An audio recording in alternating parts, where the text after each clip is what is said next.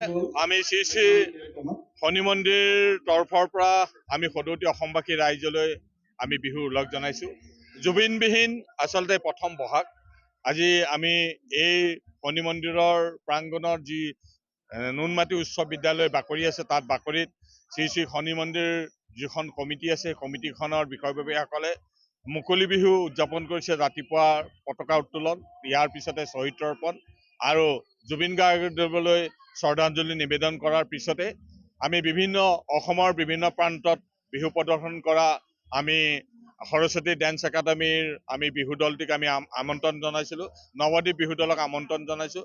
লগতে স্থানীয় শিল্পীসকলে ইয়াত বিভিন্ন ধৰণৰ অনুষ্ঠান পৰিৱেশন কৰে আৰু মহিলাসকলৰ আমি মিউজিক চেয়াৰ, কণ কণ শিশুসকলৰ আমি উঠা বহা, মহিলাসকলৰ টেকেলি ভাঙা, কণ কণ ল'ৰা ছোৱালীৰ টেকেলি ভাঙা আদি কৰি আমি অনুষ্ঠিত কৰিছোঁ। লগতে আমি যিটো অসমীয়াৰ পৰম্পৰা জা জলপানৰ ইতিমধ্যে ব্যৱস্থা কৰিছোঁ।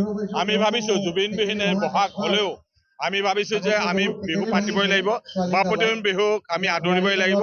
সেয়েহে আমি এই বিহুটিক যাতে আমি সকলোৱে একতাৰ এনাজৰীৰে, জাতি বৰ্ণ ধৰ্ম নিৰ্বিশেষে আমি যে একতাৰ এনাজৰীতে আমি অসমখনে বৰ অসম গঢ়িব পাৰোঁ, আমাৰ মাজত যাতে কোনো ধৰণৰ ভেদভাৱ নাথাকে, তাৰ কাৰণে আশা ৰাখিছোঁ।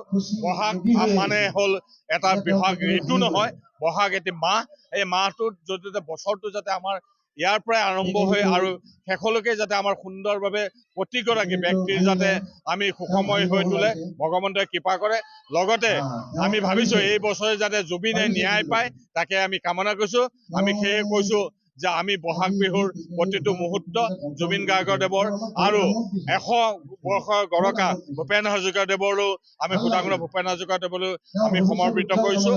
আমি দুইজন এই সুধাকণ্ঠৰ শ্ৰীচৰণত সেৱা ধৰিছোঁ যাতে অসমলৈ আৰু অসমত বাস কৰা প্ৰতিগৰাকী ব্যক্তিলৈ যাতে সুখ শান্তি বিৰাজ কৰে, আত্মাই চিৰশান্তি পায় আৰু আমি এনেধৰণে আমাৰ বাপুতিখন বিহুটো যাতে পাতি থাকিব পাৰোঁ। ৰাতিলৈ এনেধৰণৰ কোনো অনুষ্ঠান নাই, আমাৰ বন্তি প্ৰজ্বলন কৰিব। তাৰপিছত যিহেতু মুকলি বিহুৰ পৰম্পৰাটো ৰক্ষা কৰি আমি আবেলি ভাগতে, আমি সন্ধিয়া ভাগতে বন্তি প্ৰজ্বলনৰ জৰিয়তে আমি আমাৰ অনুষ্ঠানত সামৰণি মাৰিম।